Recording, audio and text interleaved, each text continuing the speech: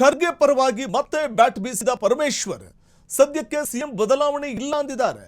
ಖರ್ಗೆ ಅವರ ಮಾತಿಗೆ ನನ್ನ ಸಹಮತವೂ ಇದೆ. ಬೆಂಗಳೂರಲ್ಲಿ ಗೃಹ ಸಚಿವ ಪರಮೇಶ್ವರ್ ಹೇಳಿಕೆ.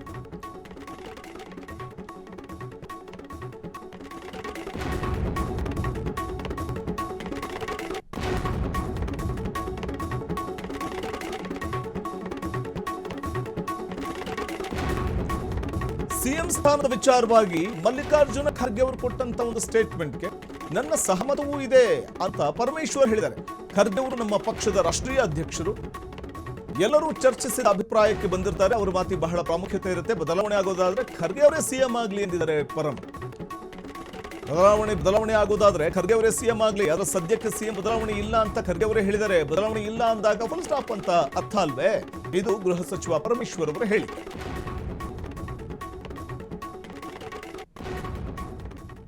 ಸನ್ಮಾನ್ಯ ಮಲ್ಲಿಕಾರ್ಜುನ ಖರ್ಗೆ ಅವರು ನಮ್ಮ ಪಕ್ಷದ ರಾಷ್ಟ್ರೀಯ ಅಧ್ಯಕ್ಷರು, ಅಪಾರವಾದಂಥ ಅನುಭವ ಇರ್ತಕ್ಕಂಥವರು. ನಾವು ಅವರು ರಾಜ್ಯಕ್ಕೆ ಒಂದು ವೇಳೆ ಬದಲಾವಣೆ ಅಂತ ಆಗೋದಾದರೆ ಅವರು ಬಂದರೆ ಯಾರು ಅವರ ಅನುಭವದ ಮುಂದೆ ಬೇರೆ ಯಾರು ಮಾತನಾಡೋದಕ್ಕಾಗೋದಿಲ್ಲ, ಎಲ್ಲರೂ ಅಕ್ಸೆಪ್ಟ್ ಮಾಡ್ತಾರೆ ಅನ್ನುವಂಥ ಮಾತನ್ನು ನಾನು ಕೂಡ ಹೇಳಿದ್ದೆ. ಅನೇಕ ಜನ ಹೇಳಿದ್ರು, ನಾನು ಕೂಡ ಹೇಳಿದ್ದೆ. ಅದಕ್ಕೆ ಅವರು ಉತ್ತರ ಕೊಡ್ತಕ್ಕಂಥ ಸಂದರ್ಭದಲ್ಲಿ ಅವರು ತಿಳಿಸಿರ್ತಕ್ಕಂಥದ್ದು, ಸದ್ಯಕ್ಕೆ ಮುಖ್ಯಮಂತ್ರಿಗಳಿದ್ದಾರೆ, ಅವರು ಮತ್ತೆ ಬದಲಾವಣೆ ಮಾಡೋದು ಅಂತ ಪ್ರಶ್ನೆ ಈಗಂತೂ ಸದ್ಯಕ್ಕಿಲ್ಲ ಅನ್ನುವಂಥ ಮಾತನ್ನು ಹೇಳಿದ್ದಾರೆ.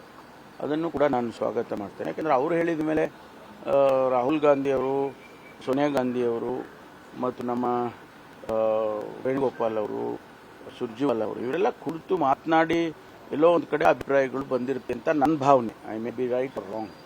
ಆದ್ದರಿಂದ ಅವರು ಹೇಳಿದಂಥ ಮಾತಿಗೆ ಬಹಳ ಪ್ರಾಮುಖ್ಯತೆ ಇರುತ್ತೆ ಅಂತ ಹೇಳಿ ನಾನು ಅಂದ್ಕೊಳ್ತೇನೆ. ಅದರಿಂದ ಅದು ಅಲ್ಲಿಗೆ ಮುಗಿಯುತ್ತೆ ಸದ್ಯಕ್ಕೆ ಅಂತ ಅನ್ನೋಂಥ ಮಾತು. ನೋಡಿ, ಬೇರೆ ಅವರು ಮಾತಾಡೋದಕ್ಕೆ ನಾನು ಉತ್ತರ ಕೊಡೋಕ್ಕಾಗೋದಿಲ್ಲ. ಆದರೆ ನಮ್ಮ ಅಭಿಪ್ರಾಯವನ್ನು ನಾವು ಹೇಳ್ಬೋದಲ್ಲ. ನಮ್ಮ ಅಭಿಪ್ರಾಯದ ಪ್ರಕಾರ ಅಖಿಲ ಭಾರತ ಕಾಂಗ್ರೆಸ್ ಪಕ್ಷದ ಅಧ್ಯಕ್ಷರು ನಮ್ಮ ಪಕ್ಷದಲ್ಲಿ is the supreme authority. Rahul ಗಾಂಧಿಯವರು, ಸೋನಿಯಾ ಗಾಂಧಿಯವರು, ಅವರು ಕೂಡ we call them as high command. ಆದ್ದರಿಂದ ಆ ಹೈಕಮಾಂಡಿನ ಬಾಯಿಯಲ್ಲಿ ಮಾತು ಬರುತ್ತೆ ಅಂದಾಗ ಸ್ವಾಭಾವಿಕವಾಗಿ ಅದಕ್ಕೆ ನಾವು ಗೌರವ ಕೊಡೋದಷ್ಟೇ ಅಲ್ಲ, ನಾವು ಒಪ್ಕೋಬೇಕು. ಅಲ್ಲಿಗೆ ಮುಗಿದ ಅಧ್ಯಾಯ ಅದು.